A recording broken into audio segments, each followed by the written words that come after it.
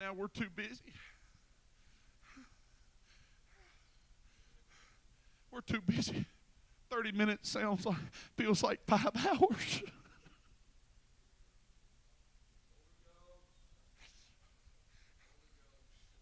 We spend more time.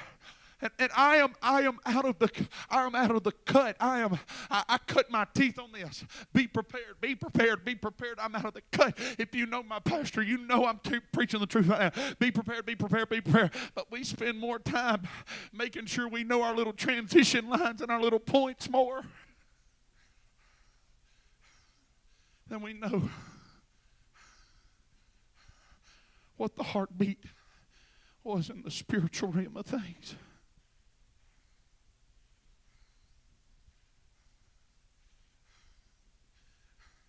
Where's it at, Caleb?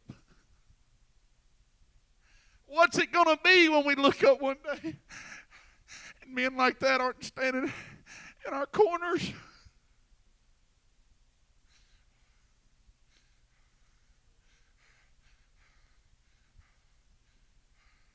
Because he lived in theirs.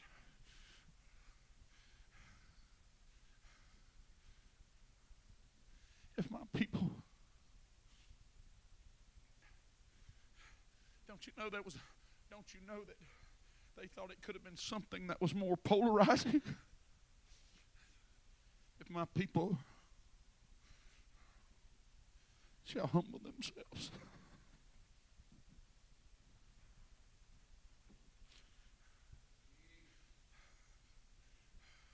When I do this right here,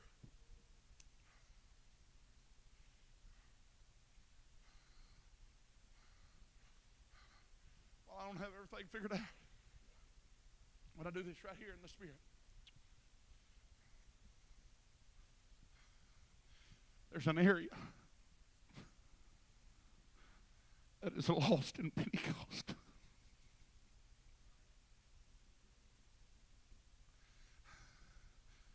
If great preaching produced numbers, and I'm not so caught up that numbers is revival. I'm not so caught up that numbers is harvest. If great preaching just produced harvest all alone, guess who would have the biggest harvest in the world? And I'm not taking away from great preaching, and I'm not taking away from what the Word can do. Don't misunderstand me tonight. But if great preaching by itself can produce a harvest, guess who would have the biggest harvest? One of the biggest harvests in the world.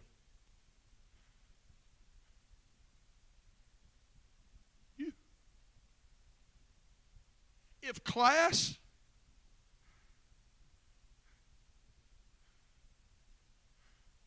would produce harvest and nice places, and I'm for great preaching, and I'm for beautiful places,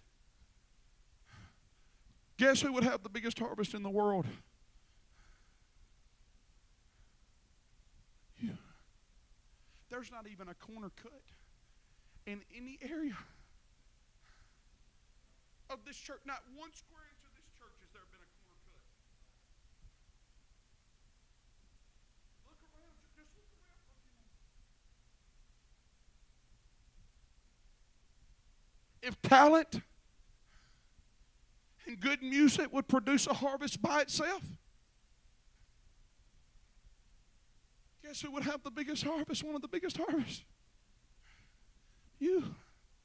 If faithfulness and obedience and submission by itself would produce a harvest, guess what people would see? Their backslidden babies and friends and co-workers sitting beside them. You. What are you getting at, Brother Posey? I've not come through here.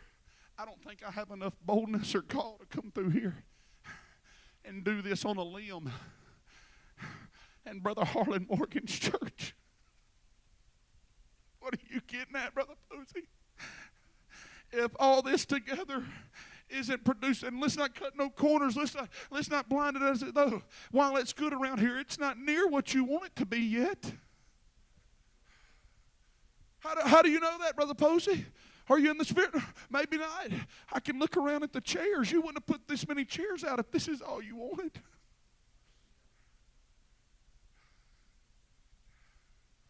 You don't need nicer paint. You don't need better lights. You don't need better preaching.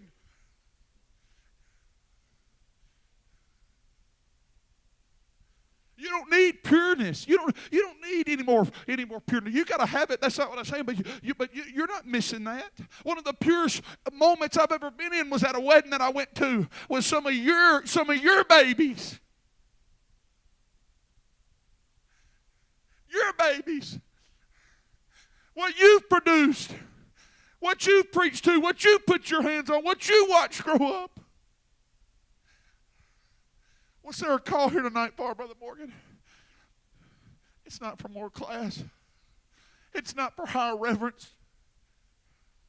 It's not for better preaching. There's a call to a world beyond sight.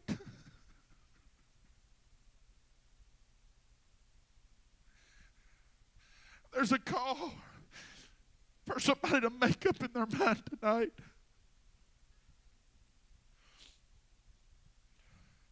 This altar call is not going to be an altar call where 10 or 15 minutes sounds like eternity.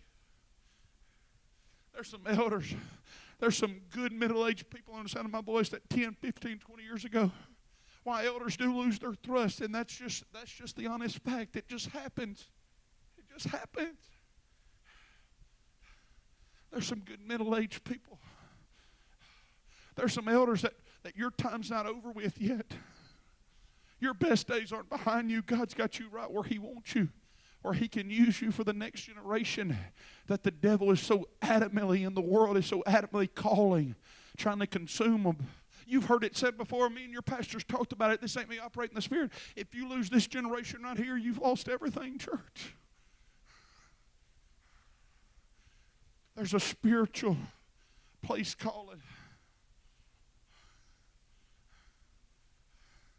It's old past. There's an old voice calling. And it's not old-timey music. And it's not an old-timey sound of a voice coming from behind the pulpit. There's something I hear in the Spirit tonight. There's an old path calling. And it's a consecration that says, we can't go beyond this mark. Your pastor read all over it tonight. He read all over it tonight. God is taking care. God has shut doors on areas and things that needed to be shut. And this is the moment where the Spirit is calling you to a world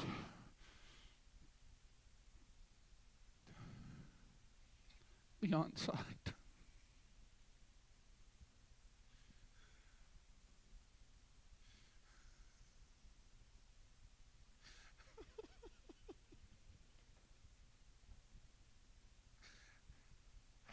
When's the last time you might have done it Sunday night? I don't know. Maybe I'm missing it, and if I am, just mark me. When's the last time you couldn't tell what happened in the altar service? Because your face was planted in the carpet, and you didn't even have enough power. I may be a young man, but Brother Caleb Morgan, I know what it's like not to even have enough power to raise your head up out of the carpet.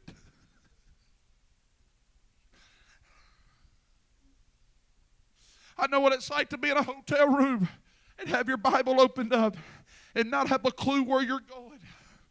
Not have a clue what you're going to say. Not have a clue. And I know what it's like. I'm not trying to put crowns on my head. I know what it's like to tell my wife I'm turning my phone on airplane mode and just be talking to God. And next thing I know, I come back and it was daylight and the sun's setting. And I'm having to get dressed to get to the church because there was a world beyond sight that was calling. And I also know what it's like to pray for 10 minutes and feel like I've been praying for 4 or 5 hours. There's a transition. There's a transition God's wanting to do in this place tonight. Not because I'm here, not because of this moment, because of the moments that God's been leading up to this moment right here. But there's some sisters that God is calling tonight, that before you come to this altar, you clear your mind. How could the elders go to those places? What was the secret sauce, Sister Morgan? And every book I've read and everything I've tried to find as I've been consumed with this for the last several months, heritage and things I've been looking for, the only thing I can come up with is while they had to put their hands in other things to survive,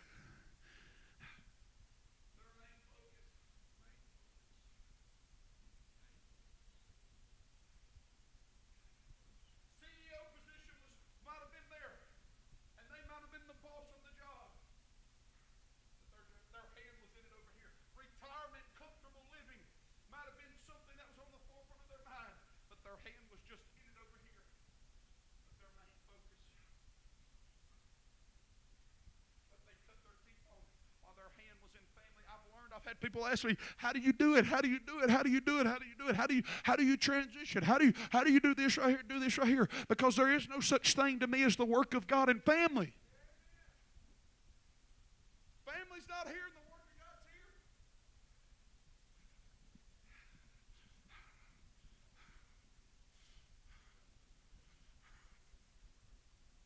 I'm driving home last night, and my wife's cleaning up the kitchen for some preachers. I've got people leaving to go buy me a meal where I could eat on the way home.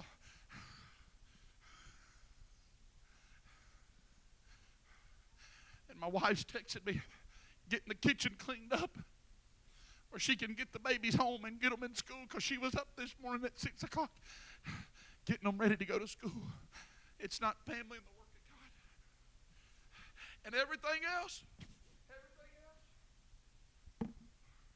my truck will tell you that my hands have got to be in taking care of my family. Our life will tell you that our hands aren't just right here, our hands are here. While everything else is out here.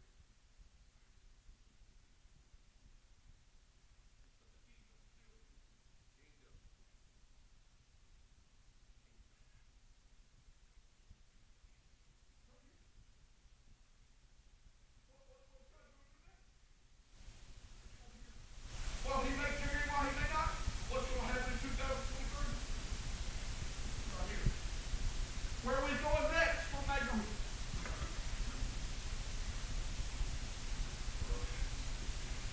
Let's have to get in place. Their prayers ever.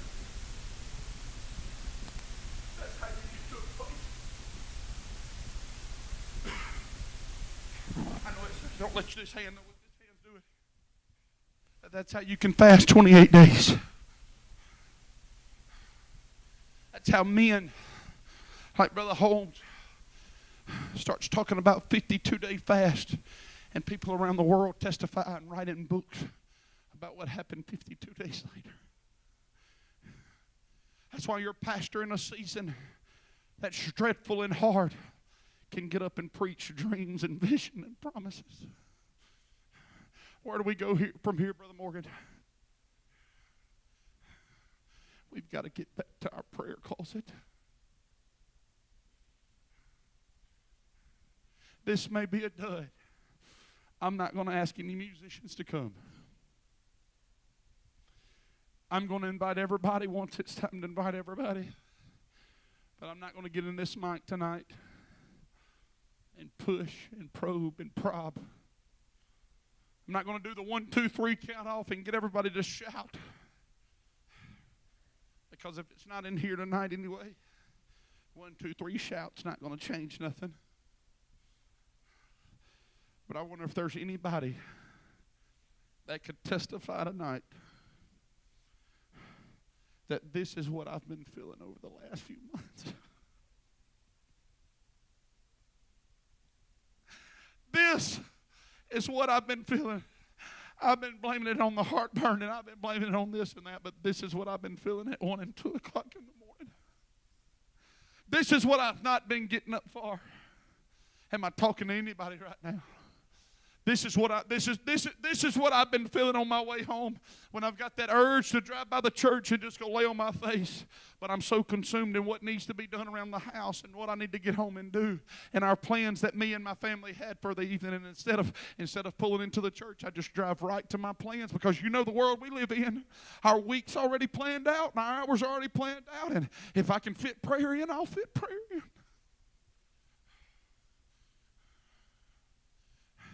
I wonder if there's anybody without just standing and hollering and hooping and hollering and agreeing. I wonder if there's anybody's spirit right now. I can feel some spirits. I can feel some spirits agreeing right now. This is what I've been feeling. Now that weight you've been having over and over and over again, it seems like every service you've been going to, and it's just that weight over and over and over again, and it just begins to spew out, and you don't know what it is. This is that weight that you're feeling. This is that weight that she's feeling. What you've been blaming on anxiety, what you've been blaming on depression, what you've been blaming on stress and worry.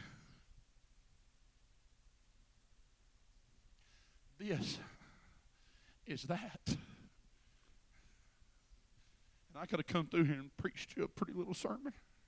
I could have got up and read 3 or 4 messages and preached 30 minutes and had everybody clapping and standing and moving and doing this and that. But how many times? We've done that 11 times.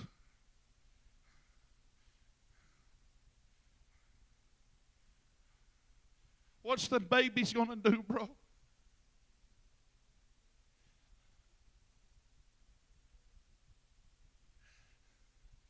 And people like Caleb Morgan, and people like some of you's got elders that you can look back on and remember, what's our baby's going to do, bro? If we're that generation, that the silence is coming from, what's our baby's going to do?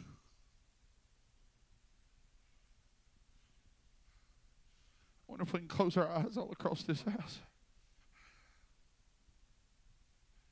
I know where we're going, but I don't know what to do right now to get us past here. I'm out on a limb. Is there anybody that it's bubbling out from the inside?